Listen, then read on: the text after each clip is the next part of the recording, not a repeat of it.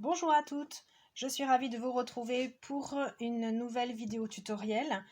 Je vous l'ai promis, vous avez été quelques-unes à me le demander, donc voilà, j'ai pris le temps de filmer tout ce que j'ai fait. Alors ça va être une vidéo un petit peu plus longue qu'habituellement, parce que cette boîte elle est un peu plus longue à faire que les petits projets faciles que je fais régulièrement. Mais puisque vous me l'avez demandé, voilà, c'est normal que je partage avec vous. Alors ce projet, il m'a été inspiré, je n'ai pas peur de le dire, par Scrapam, qui est démonstratrice Stampin' Up depuis, je crois, à peu près 6 ans, qui fait actuellement des vidéos live avec Hello Stamp. Pendant cette période de confinement, on a besoin un petit peu de se distraire et de s'occuper les mains. Et j'avoue que sa boîte m'a beaucoup plu, en tout cas la déco, parce que la boîte n'est pas du tout identique à celle qu'a fait Scrapam, puisque c'est une boîte sans débord. Moi, vous voyez que la mienne a un rabat qui se soulève et qui se ferme avec un ruban. On a un débord tout autour, la sienne n'en avait pas, et il y avait une petite languette qui venait s'insérer dans le fond de boîte pour la fermeture. Ce que je trouvais pas forcément esthétique dans sa boîte, c'est que, alors ça vient peut-être aussi du fait que le papier cartonné Stampin' Up n'est pas assez épais pour ce système de fermeture, mais on voyait ici sur la tranche une petite ouverture. Donc ça me plaisait pas trop. Et moi, je voulais une boîte qui soit un petit peu plus rigide et qui se ferme vraiment bien sans qu'on ait à voir un vide ici dans le fond de boîte. C'est pourquoi j'ai utilisé ce modèle de boîte, donc qui est très simple à réaliser et que j'ai utilisé du papier qui n'est pas du papier Stampin' Up, mais qui est un papier que vous pouvez trouver chez Bureau Vallée. C'est un papier cartonné assez épais qui a un aspect cuir et que l'on utilise généralement pour faire des couvertures des reliures en fait, de documents professionnels.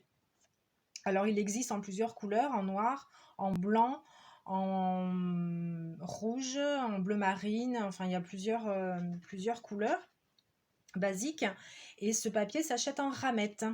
Alors moi j'ai beaucoup utilisé ce papier auparavant quand je faisais des albums assez costauds pour faire la structure de mes pages. Voilà. Donc j'ai encore pas mal de papier qui me reste et du coup je me suis dit bah, si j'utilise ce papier là il va être plus rigide et je pense que je vais obtenir une boîte un petit peu plus solide. Et en effet je trouve également que cet aspect, je ne sais pas si ça se voit bien, effet faux cuir, bah, rajoute une petite fantaisie à ma boîte. Alors pour cette boîte, j'ai également pris exemple sur Scrapam en faisant de la colorisation sur mon embossage. Alors bien sûr, j'ai utilisé tout le matériel de la collection Tropique Éternel. Vous avez donc, c'est Oasis Tropical, pardon. Le set de tampons s'appelle Tropique Éternel. Vous avez également les matrices correspondantes et le plioir de gaufrage que je n'ai pas là sous la main, que je vais vous montrer. La colorisation pour l'embossage comme ça à froid, c'est super simple à faire et vraiment ça donne un joli rendu. Alors moi je l'avais jamais fait et c'est grâce à Scrapam que je l'ai testé et je trouve que c'est vraiment très très chouette. Donc j'en ai mis bien sûr sur le dessus et j'ai habillé également l'intérieur de la boîte, le rabat et le fond de boîte ainsi que les côtés qui se voient. Voilà, ça c'est très très simple à faire. Le plioir ne craint pas du tout, ça se lave sous l'eau et vraiment ça ne tâche pas le plioir de gaufrage, donc il n'y a aucun danger avec ça. J'ai utilisé une autre méthode que Scrapam pour la colorisation des fleurs. Alors ici on a les deux techniques, c'est-à-dire qu'elle a utilisé, si vous regardez sa vidéo, la colorisation avec les Stampin' Right, qui sont des marqueurs en fait. Vous avez deux embouts, un embout marqueur et un embout. Alors, effectivement, je trouve que le résultat est plus grossier. Je préfère la colorisation avec les qui certes est un petit peu moins précise, mais je trouve que le rendu est beaucoup plus doux et c'est ma technique de prédilection. Donc voilà, après on peut aussi utiliser d'autres techniques comme l'aquarelle.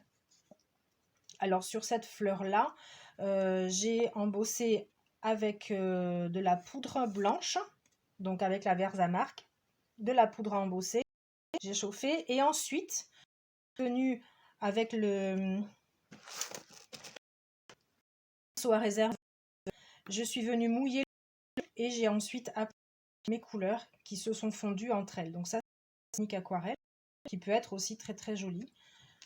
C'est une autre colorisation. Donc pour moi, je préfère pour ce modèle-là plutôt les doigts mousse. Voilà, donc je vais refaire la boîte dans un autre couleur ce matin. Donc j'ai choisi pour les fleurs Mélodie de mangue et Calico Coquelicot. Et pour les feuilles, je vais rester sur les mêmes tons, feuillage sauvage et riche raisin. Alors je précise pour celles qui m'ont laissé des commentaires sur la parution que j'ai partagée dans Passionné, Stampin' Up et puis démonstrateur Planning Place. Je l'ai également partagé sur ma page perso. Quand je refais une réalisation, quand je fais un copier-coller, je n'omets jamais de dire de qui est le tutoriel à la base, parce que je trouve que c'est tout à fait normal, que je respecte le travail et que je ne pourquoi je m'attribuerai la réalisation de quelqu'un d'autre. Il se trouve que pour cette réalisation-là, j'ai eu 2 commentaires qui ont un donc qui n'est plus que l'autre en fait, qui me disait que c'était le tutoriel femme. Le tutoriel, certes, beaucoup inspiré de la décoration, mais ce n'est pas la même, ce ne sont pas les mêmes dimensions. Certes, les cartes que vous mettez dedans, vous pourrez faire des cartes, c'est une boîte de correspondance, mais vous pouvez l'utiliser à d'autres fins. Les cartes que vous mettez à l'intérieur ne seront pas au format conventionnel. Vous le verrez très bien, hein, les dimensions des cartes, les dimensions seront plus petites, mais ce sera très sympa. Donc je maintiens et j'insiste et je signe, ce n'est pas le tutoriel de Pam qui m'a beaucoup inspiré, cela dit, pour la décoration, mais même pour la décoration, je n'ai pas fait exactement la même chose qu'elle, puisqu'elle a utilisé un papier brune dune qu'elle a maté avec du blanc et elle a fait plusieurs couches de matage. Moi, je n'en ai fait que 2. Voilà. Donc, je respecte le travail de Pam, comme celui d'Hello Stamp, parce que j'ai fait également j'ai reproduit des tutoriels que je n'ai pas mis en ligne d'ailleurs, mais elles font des choses magnifiques et c'est normal que leur succès leur revienne. En ce qui me concerne, ce n'est pas du tout le même tutoriel. Donc on va passer aux explications pour le montage de la boîte. Donc vous avez le schéma sous la vidéo, le schéma de coupe du fond de boîte et du rabat, ainsi que de l'intérieur du rabat et le fond de boîte, parce qu'il va vous falloir donc plusieurs rectangles. Donc vous avez déjà votre fond de boîte qui mesure 17, alors je sais pas, je suis un peu éloignée, mais je ne sais pas si ça va bien se voir à chaque fois, 17 de hauteur par 25 cm de large. Pour le rabat, j'ai un morceau qui mesure 26 cm et demi de large par 15 cm de hauteur. Pour l'intérieur de la boîte, j'ai un morceau qui mesure 13 cm par 10 et demi de haut. Et pour l'intérieur du rabat, un morceau qui mesure 14 cm de large par 10 cm et demi de haut. Pour le dessus de la boîte, j'ai également, donc c'est le rectangle qui est ici gaufré. Donc un rectangle qui mesure 10 cm et demi par 7 de hauteur. Et on va utiliser un matage Calico Coquelicot qui va mesurer 4 mm de plus de chaque côté. Donc on a 7,4 ici. Et je sais plus.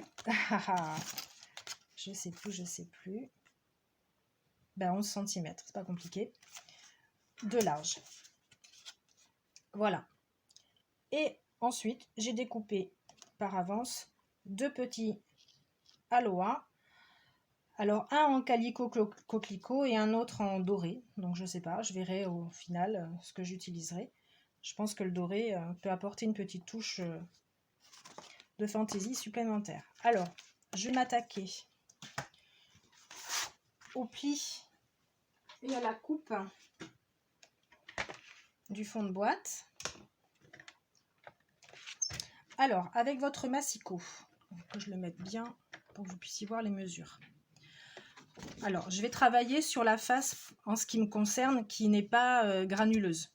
La face à peu près lisse. Donc, je reprends mon tuto, mes mesures. On a, dans un premier temps, des plis à faire. Alors, je mets mon papier dans le sens paysage. Je vais me positionner sur 2,7 cm. 2,7. Voilà, je replie ma règle. Je prends mon curseur qui plie. Je me positionne sur 3 cm et je vais marquer le pli jusqu'à 14. De 3 cm à 14. Ensuite, je me mets sur 5,8 cm. Et là, je marque le pli de haut en bas. Je retourne mon papier et je fais la même chose. Je me mets sur 2,7.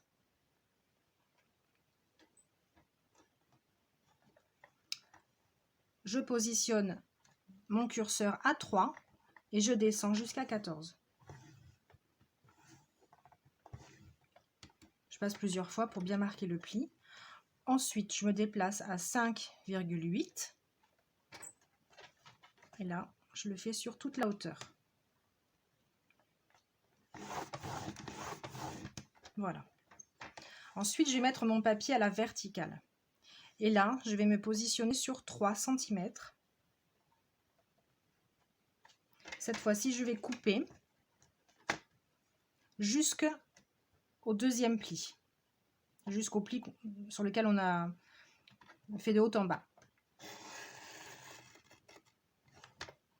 Et je bouge pas mon papier, je déplace simplement. Alors là, vous le verrez pas parce que du coup c'est hors caméra, mais je fais la même chose en bas, jusqu'au deuxième pli. Et là, je vais faire une rotation de mon papier et je recommence. Je me mets bien sur 3 cm ici et je viens couper jusqu'au deuxième pli. Je fais sans bouger le papier. Même chose.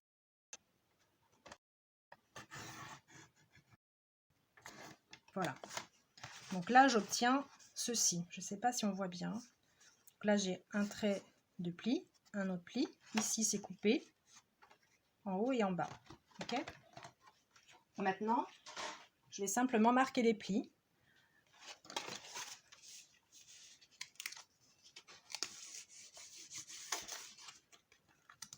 Alors, mon papier il est rigide, hein, c'est ce que je vous disais. Ce sera peut-être plus facile avec le papier, le cardstock Stampin' Up.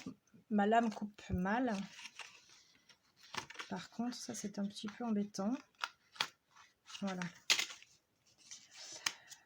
Possible hein, de la faire bien sûr avec stock Stampin' Up. Il n'y a aucun souci là-dessus. Elle sera un peu moins rigide. Déjà fait très bien.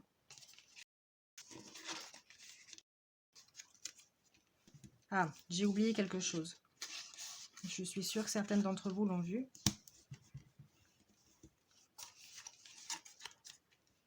Alors, là, je fais attention à ce que ma languette soit bien parallèle à mon papier. Voilà. Alors, j'appuie bien sur celui-ci. J'ai oublié une étape. mais c'est pas grave. Je n'ai pas fait les plis ici. Donc, je reprends le massicot. Hop, je vais passer tout de l'autre côté. Et là, je me mets bien sur 3 cm. À partir du pli vertical, enfin plutôt horizontal, je vais faire un autre pli jusqu'à l'autre. Évidemment, sinon la boîte ne peut pas se plier.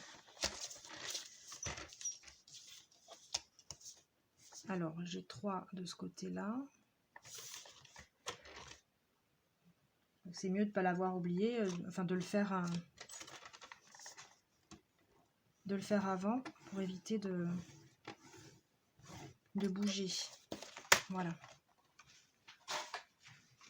Donc là, je plie et je marque le pli.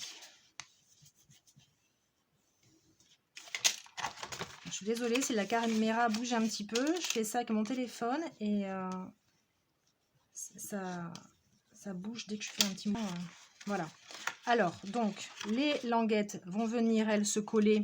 Alors, vous voyez qu'il n'y a pas grand-chose, hein, ça se superpose. Il y a quoi? Il y a 5 mm, un peu plus. Je vais normalement les coller avant de rabattre ici à l'intérieur. Et bien sûr, le rabat sera collé à l'intérieur. D'accord? Alors, pour ça, moi j'aime bien utiliser la colle liquide. J'utilise rarement le scotch bleu face, mais c'est une question d'habitude. Hein. Donc là, je colle mes 2 rabats l'un sur l'autre. Voilà. Le thé également.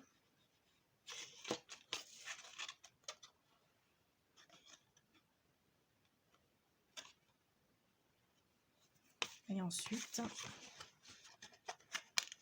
je lui donne bien la forme avant. Et je vais mettre de la colle ici. Voilà, j'ai fait un gros pâté là, c'est moche. Et je rabats à l'intérieur. Et là, je vais bien m'appuyer avec le plioir.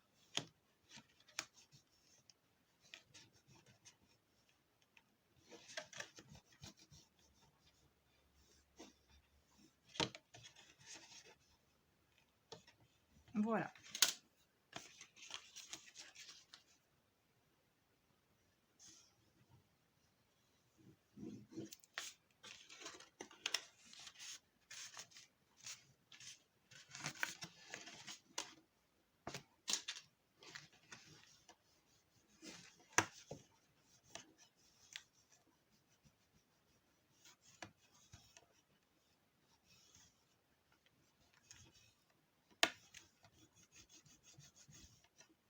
Voilà.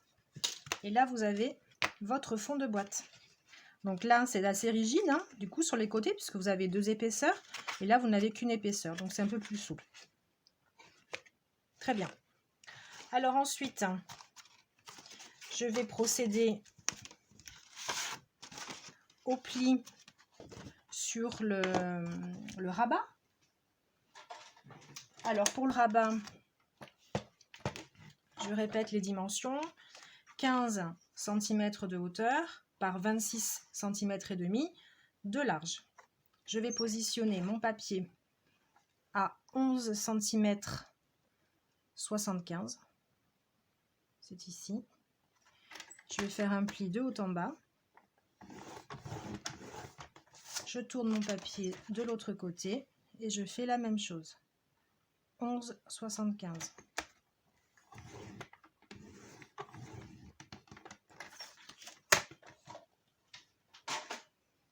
Je marque ensuite les plis.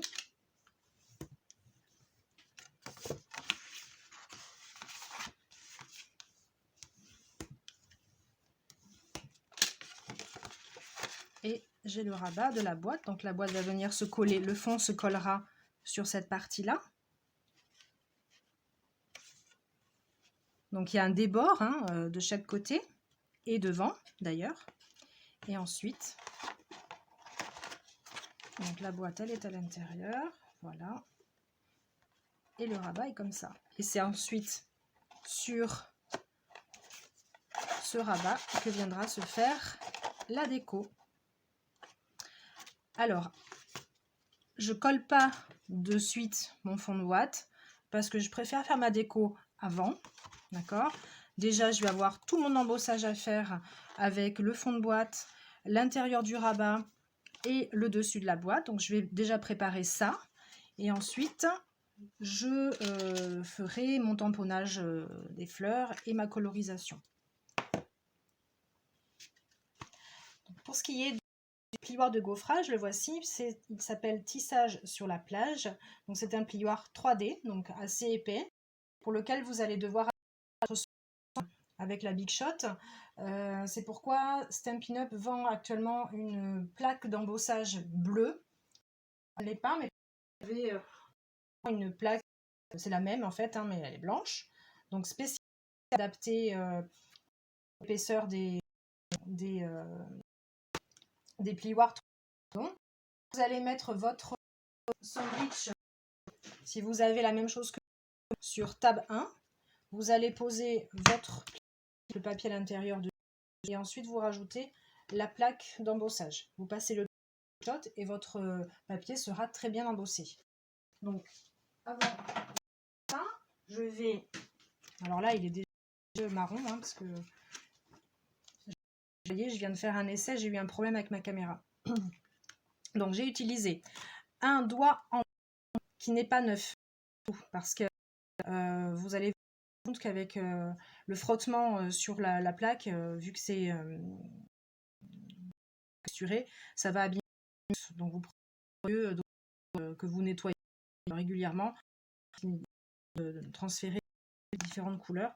Donc vous le tamponnez sur votre pâte d'encre.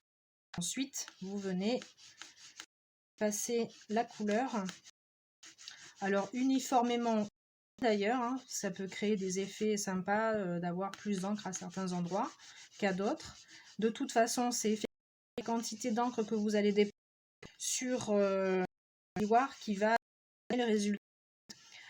Pamela, elle, sur sa vidéo, le dit à très juste titre, de prendre une encre qui soit assez soutenue, parce que le fait d'écraser le papier dans le plioir va faire passer un petit peu la qualité de l'encre. Donc du coup, si vous utilisez une encre très peu chargée en pigments, et bien effectivement, le résultat sera beaucoup plus.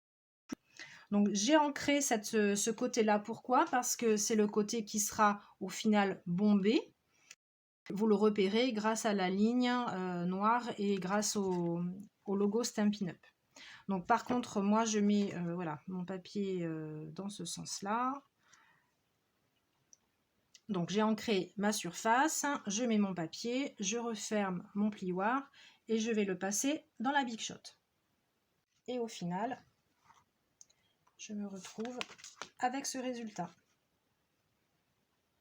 Voilà, on voit bien que il y a des endroits où il y a eu un petit peu plus d'encre qu'à d'autres, mais ça fait un effet très naturel. Donc j'avais déjà fait l'autre rectangle, vous voyez qu'ici il n'y en a presque pas. Mais c'est ce qui va aussi faire l'effet naturel recherché.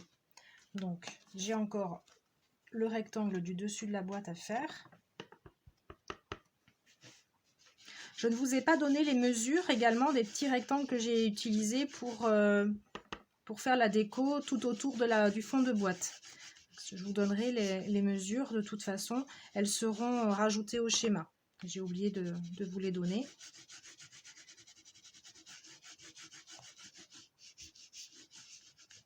Là, je vous montre principalement la technique de colorisation, le montage du fond de boîte. Après, le reste, ça sera selon votre envie. Maintenant, nous allons procéder au tamponnage de nos fleurs. Je prépare mon tapis de nettoyage. Donc là, vous allez utiliser des chutes de papier. Alors moi, j'ai utilisé du murmure blanc, hein, bien évidemment. Donc vous avez dans ce set le gros hibiscus et ensuite la fleur de frangipanier et cette feuille à utiliser.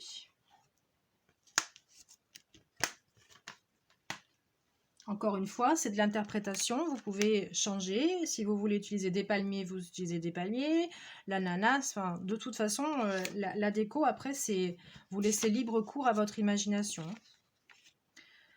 Donc, je vais commencer par la grosse fleur.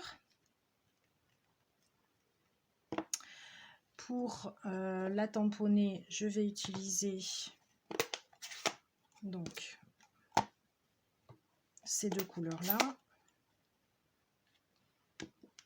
Donc, je vais prendre, ça y est, je m'en suis mis sur le doigt. Faites attention parce que les couleurs rouges, les pigments rouges tachent énormément. Donc, je m'en suis mis sur le doigt, on dirait que j'ai du mercurochrome. C'est assez... ça tient bien. Et ça tâche aussi les tampons clear. Ça, vous le savez déjà. Donc, je vais commencer par la couleur la plus claire, c'est-à-dire le Mélodie de Mangue. Et je vais tamponner sur le pistil. Alors, évidemment, hein, j'en mets ailleurs, hein, forcément, parce que c'est pas précis comme les marqueurs qu'a utilisé Pam. Hein. On est bien d'accord. Mais j'insiste bien sur le fait que c'est mon interprétation et ce n'est pas... On utilise la colorisation pour laquelle on a le plus de facilité. Et ensuite, je vais venir tamponner le reste. Alors, on peut faire des dégradés, hein, c'est ça qui est intéressant aussi avec cette technique-là. Moi, je l'aime bien parce que ça me permet d'ajuster.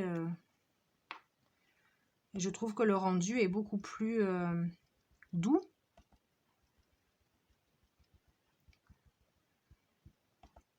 Qu'avec les marqueurs. Et j'aime beaucoup le faire avec l'aquarelle aussi.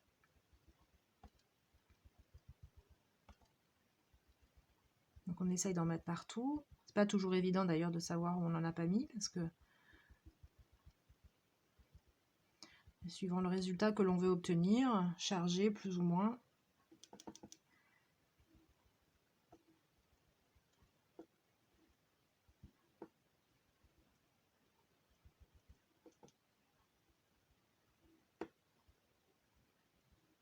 Voilà, on va voir. Là, ça va être la surprise. Hein. Je ne sais pas du tout ce que ça va donner. Hop.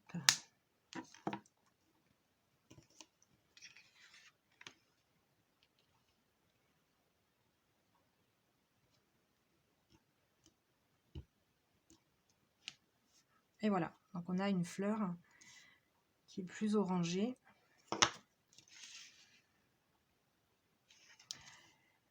Alors, c'est pas tout à fait ce que j'aurais voulu. Je nettoie mon tampon et je vais procéder au tamponnage de la fleur de frangipanier. Alors là, je vais utiliser la même technique.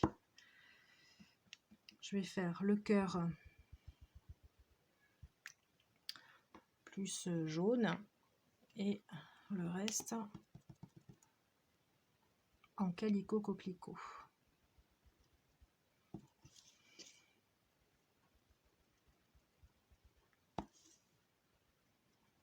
Ce qui peut être bien aussi sur certaines fleurs, alors pas forcément celle-là, mais celle qu'on avait dans l'autre set l'année dernière, c'est de faire une ombre blanche, enfin de ne pas tamponner forcément sur toute la surface, mais de laisser du blanc. Et ça fait un effet de lumière. Voilà. Moi j'aime bien. J'aime bien ça. Je vais faire maintenant les feuilles.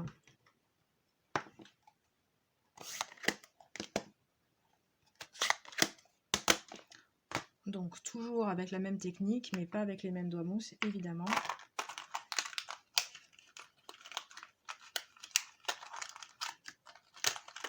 Alors mes doigts mousse, moi je les nettoie après chaque utilisation. Je ne sais pas si vous le faites, parce que moi j'en ai pas beaucoup. Donc c'est bien quand on a toute une boîte une vingtaine de doigts mousse, ça permet de toujours réutiliser les mêmes couleurs. Vraiment, en l'occurrence, j'en ai pas tant que ça, donc je les nettoie à chaque fois. Alors, hop et hop. Donc j'utilise toujours la couleur la plus claire au départ. Et je fais l'intérieur de la feuille en général.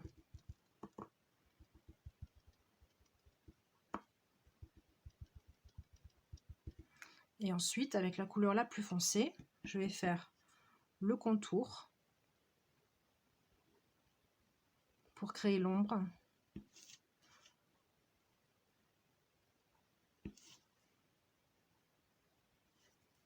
Puis des fois, je peux essayer de faire une petite variation pour donner cet effet d'ombre et de lumière. Donc,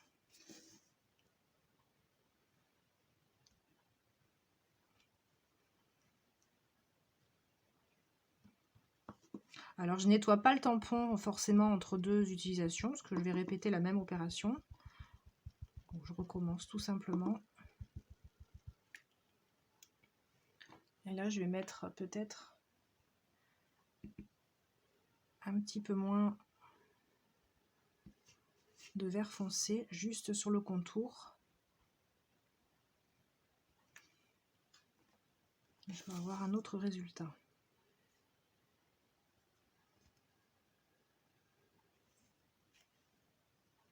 Ouais, je préfère ça. Donc là, je vais faire, je ne sais plus combien j'en avais fait sur ma boîte, 3. 3 que je vais découper, mais après j'en ai tamponné 2 directement sur le dessus de la boîte.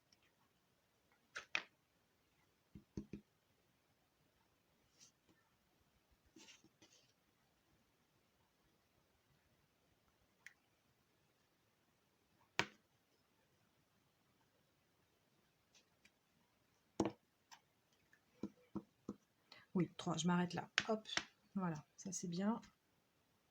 Voilà, donc une fois que j'ai fait ça, maintenant il va falloir que je découpe avec les matrices en question. Donc j'ai l'hibiscus, j'ai la fleur de frangipanier et mon feuillage. Alors par contre, moi je ne sais pas comment vous les positionnez, si vous arrivez à chaque fois à bien positionner vos matrices. Moi j'avoue que depuis que le Stampin' Up a changé la fabrication de ces matrices, j'ai un petit peu de mal. Et j'avoue que je ne suis pas toujours très contente du résultat que j'obtiens. C'est-à-dire que alors maintenant, les matrices, il faut qu'elles soient... Alors déjà, il faut que je trouve le bon endroit. Alors, je vais y arriver, hein, voilà, comme ça.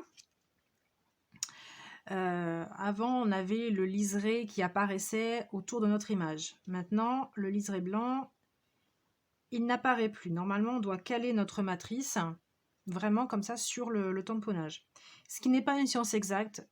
Pour l'avoir essayé déjà sur celle-ci, mais sur d'autres aussi, le résultat final n'est pas toujours concluant.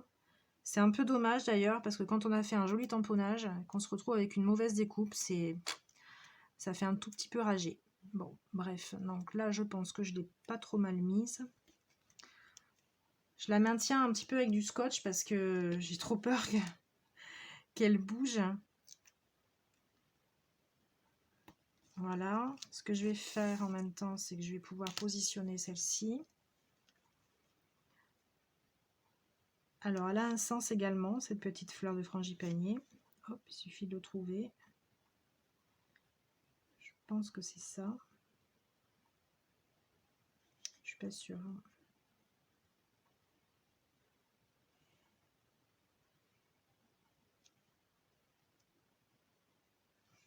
Voilà. Donc là aussi, je vais mettre un petit peu de scotch.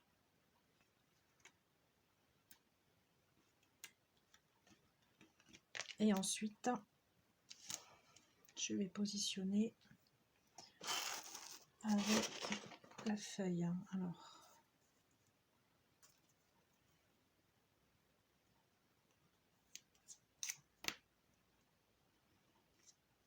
faire très attention effectivement au positionnement de la matrice. Hein. C'est important pour la bonne découpe. Voilà, et je vais passer le tout dans la Big Shot, je reviens de suite. Voilà, donc j'ai découpé toutes mes petites pièces. Donc j'ai bien mes 3 feuilles, mon hibiscus. Alors voilà, je suis pas contente du résultat pour la simple et bonne raison, même là, hein. La matrice étant mal positionnée, ici ma bordure blanche est plus importante qu'ici, il n'y en a quasiment pas. Et sur la grande fleur, c'est un peu pareil ici. Pourtant là, la bordure est bien épaisse. C'est pas génial. Bon, on va faire avec, mais je trouve que ces matrices sont plus difficiles à positionner que celles qu'on avait avant. Bref, donc je reprends mon petit rectangle que j'en ai fait. Ils sont là normalement.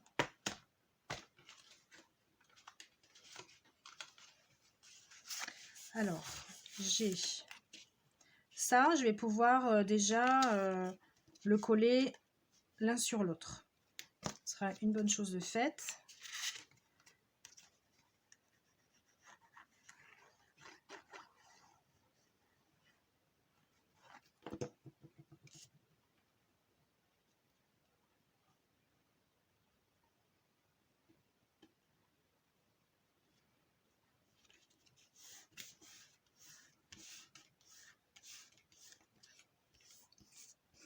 Je reprends, alors dans le bon sens surtout.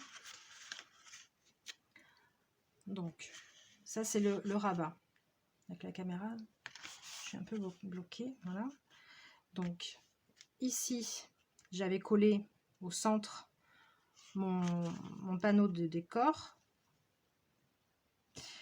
J'ai ensuite positionné mes feuilles de façon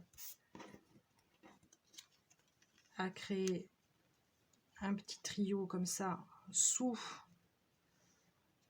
mon hibiscus que je vais retravailler hein, parce que je ne vais pas le coller à plat comme ça.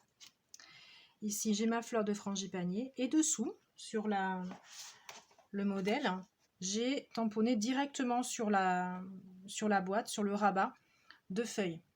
Donc là je vais faire la même chose parce que je trouve que c'est sympa, ça apporte une petite fantaisie. Donc, alors c'est la même technique que tout à l'heure, hein, je ne change rien. Hein. Je mets d'abord la couleur claire et ensuite la plus foncée.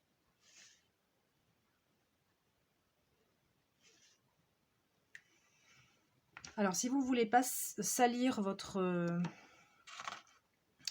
plan de travail, en tout cas votre brouillon, vous mettez une feuille dessous pour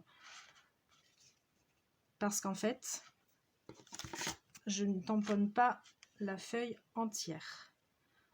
Je veux qu'elle dépasse, qu'on ait juste voilà. Donc bien sûr, là c'est juste pour me positionner, hein, je ne vais pas tamponner comme ça, sinon c'est la catastrophe. C'est pour voir à peu près où vient ma feuille. Le résultat est très clair. Hein.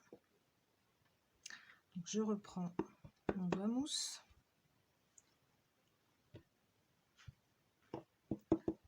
Et je vais faire une deuxième feuille, peut-être un petit peu plus soutenue.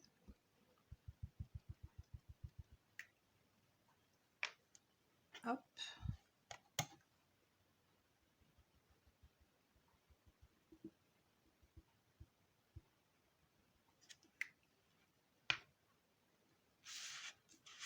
Et là, je vais plier ici.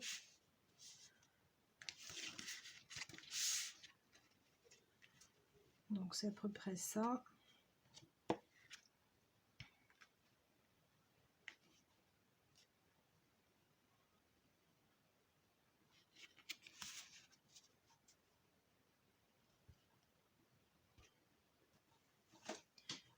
Et là, je vais reprendre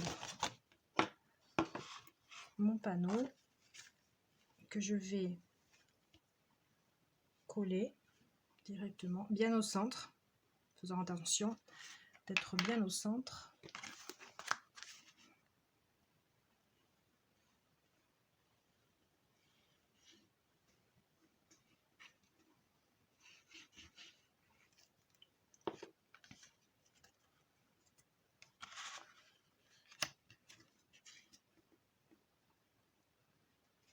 Alors je mesure pas, mais bon, quand on a à peu près le compas dans l'œil, ça marche bien.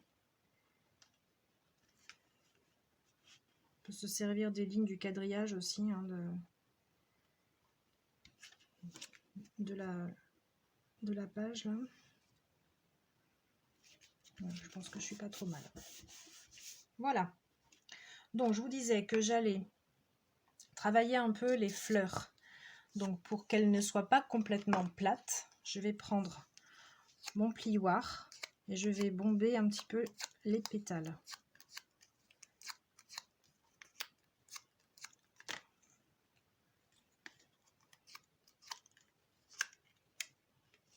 Voilà, ce qui va donner un petit peu de relief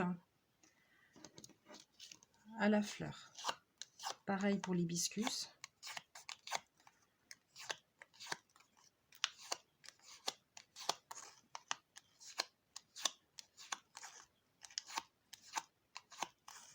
Voilà. Donc lui va être placé par là. Les feuilles, je fais la même chose. Alors, par contre, je fais par moitié.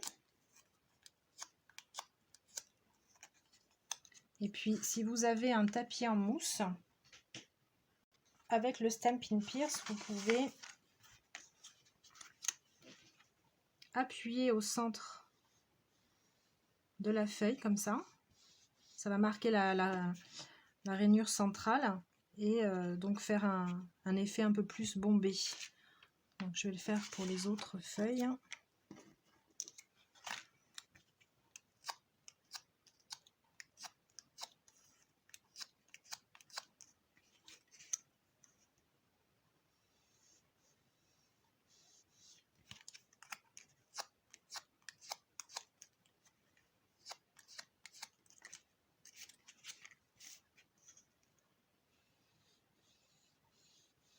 Voilà.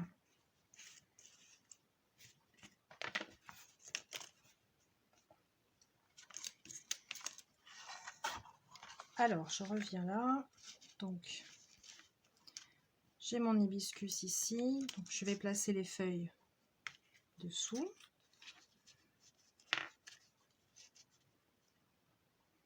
Alors, les feuilles, elles peuvent dépasser aussi, hein, c'est pas un problème. Et puis, justement, ça va faire quelque chose d'un peu plus naturel aussi.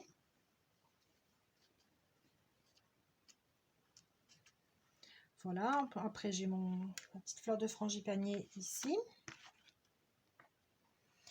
Et alors, je mettrai un petit mot, un petit aloha. Et bien, je pense que je vais le mettre en doré, parce que je trouve que ça fait une petite fantaisie supplémentaire, plutôt que rouge. C'est un parti pris. Mais je trouve que de cette façon-là, c'est plus sympa. Alors, il y a également dans la collection des petites breloques en métal qui sont adorables et qui reprennent les éléments de la collection. Donc vous avez une feuille, vous avez l'hibiscus, le ukulélé et le petit ananas. Alors là, c'est au choix, sans obligation. Moi j'avais mis une autre feuille comme ça. Je ne me vois pas mettre la fleur d'hibiscus parce que voilà. Le ukulélé, je m'étais tâtée un petit peu parce que je trouve que c'était rigolo à la limite de le mettre à côté de aloha.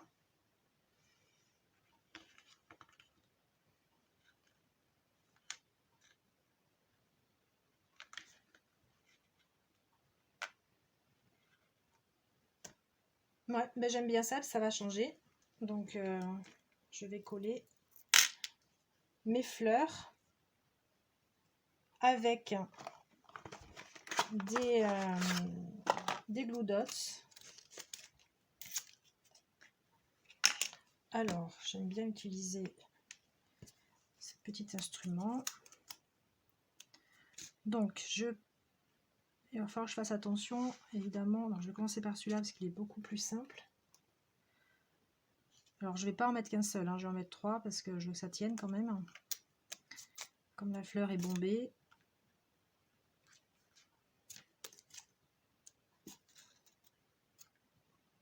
Voilà.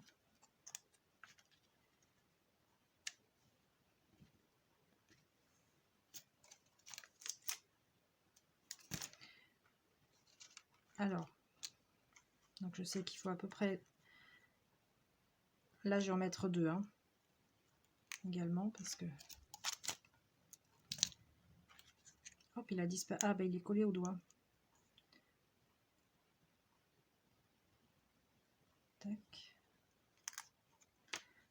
Donc je l'avais mise à peu près par là. Je fais d'abord les feuilles, ensuite je ferai la fleur. Normalement elles sont bien positionnées, donc il n'y a pas de problème.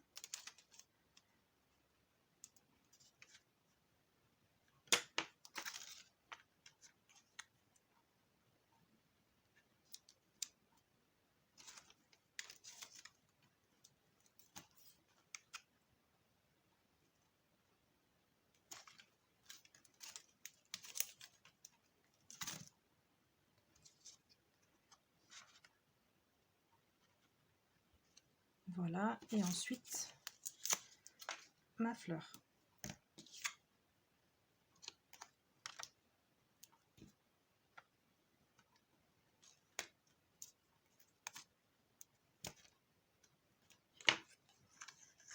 Alors je fais attention à la disposition, hein, c'est-à-dire que le pistil, je ne le mets pas comme ça par le bas, je le mets toujours par en haut. Et voilà.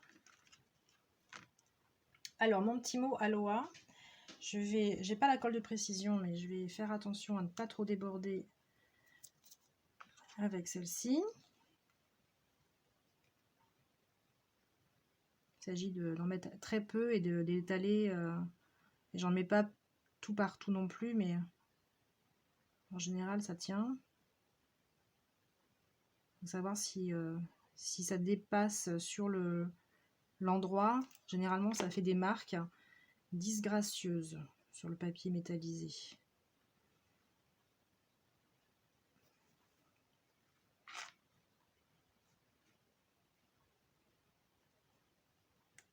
Hop.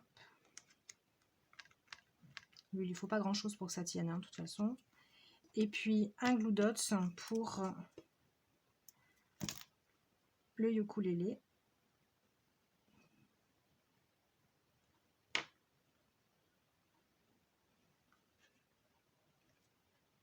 Et voilà. Donc là, le dessus de ma boîte est décoré. Il est terminé. Je vais pouvoir assembler le fond. Alors, avant d'assembler le fond, oui, chose importante, avant d'assembler le fond, il va me falloir couper 25 cm de ruban. Alors moi j'ai utilisé celui-ci sur ma première boîte. C'est un ruban, alors je ne sais plus comment il s'appelle d'ailleurs. Il est blanc, assez rigide, il n'est pas très souple, hein. Donc deux longueurs de 25 cm pour faire le nœud de fermeture. Donc 20, 25 ici, hop. Alors ce que vous entendez grincer, c'est ma chaise, désolée. J'ai une chaise qui grince. Voilà. Et une fois que j'ai fait ça, je vais... Alors moi sur ma boîte, j'avais mis un petit peu de colle sur à peu près 2 cm. J'ai positionné mon ruban. Et ensuite, je suis venue coller. Hop, je récupère le tout. Voilà. Le grand rectangle, hein. Parce qu'il nous reste 2 rectangles, hein. Je vous rappelle qu'on a fait le fond de la boîte et l'intérieur du rabat, pardon pour le téléphone. Et je vais venir coller mon rectangle ici en le centrant. Voilà, ce que j'aurais pu faire aussi avant de coller mes fleurs qui font elles de l'épaisseur. Mais bon, ça va marcher quand même. Et là, je vais utiliser normalement plutôt du scotch double face plutôt que de la colle, parce que ce sera beaucoup plus solide. Et le fond de boîte, vous viendrez également le coller au milieu. Alors là, avec du scotch comme vous voulez ou de la colle multi-usage, pas de problème. Une fois que vous aurez fait ça, vous viendrez mettre votre deuxième ruban. Alors là, je ne vais pas le coller, mais c'est pour vous montrer, pour que la vidéo soit un petit peu moins longue. Vous ferez pareil, hein. Vous allez faire dépasser à l'intérieur 2 cm de votre ruban que vous aurez encollé déjà. Vous allez le consolider avec un petit peu de double face. Vous mettrez du double face tout autour de votre fond de boîte en essayant de vous rapprocher le plus possible du bord. Et ensuite, vous viendrez coller votre fond de boîte. Alors, le plus possible vers le pli, ici, mais pas forcément coller contre le pli parce que vous allez avoir un problème après pour replier, pour le fermer. Ça va forcer un petit peu. Donc, on va dire à un 1 ou 2 mm du pli ici, en centrant, faisant attention à ce qu'il y ait bien le débord de chaque côté qui soit égal. Et devant, il y aura forcément un débord aussi. Et votre ruban donc sera bien collé et consolidé sous votre fond de boîte. Et vous aurez, alors, j'ai pas rajouté, mais il faut effectivement que vos 2 rubans soient bien en face l'un de l'autre. Hein, voilà, qu'il n'y ait pas 1 cm de décalage, sinon ça va poser aussi un problème pour la fermeture. Une fois que votre boîte sera collée, eh bien vous aurez, bon, là je l'ai pas collé, hein, bien sûr, mais les 2 rubans qui vont sortir là, dessous. Ça va être compliqué, hein. Tac. Voilà. Et vous n'aurez plus qu'à faire un joli nœud. Et votre boîte est terminée. Voilà, j'espère que ce tutoriel va vous aider à la réaliser. J'attends bien sûr de voir vos réalisations, vos interprétations avec ce modèle de boîte ou avec un autre. Je ne réinvente pas les standards du scrapbooking, hein, loin de là. Mais je serais contente quand même de voir vos photos et puis que vous partagiez un petit peu vos créations avec moi. Voilà. Je vous souhaite une très belle journée, malgré ce confinement qui est assez long à vivre et voilà, mais c'est pour la santé de tous et de toutes, donc il faut vraiment le respecter. Et puis je vous dis, j'essaye de vous faire encore un petit tutoriel vidéo d'ici quelques temps. Moi ça m'occupe aussi d'aller voir un petit peu les copines, voir ce qu'elles font, prendre de l'inspiration ailleurs et puis après de réinterpréter et de vous partager ce que j'ai pu faire. Voilà, je vous remercie. Je vous souhaite une bonne journée. Prenez soin de vous.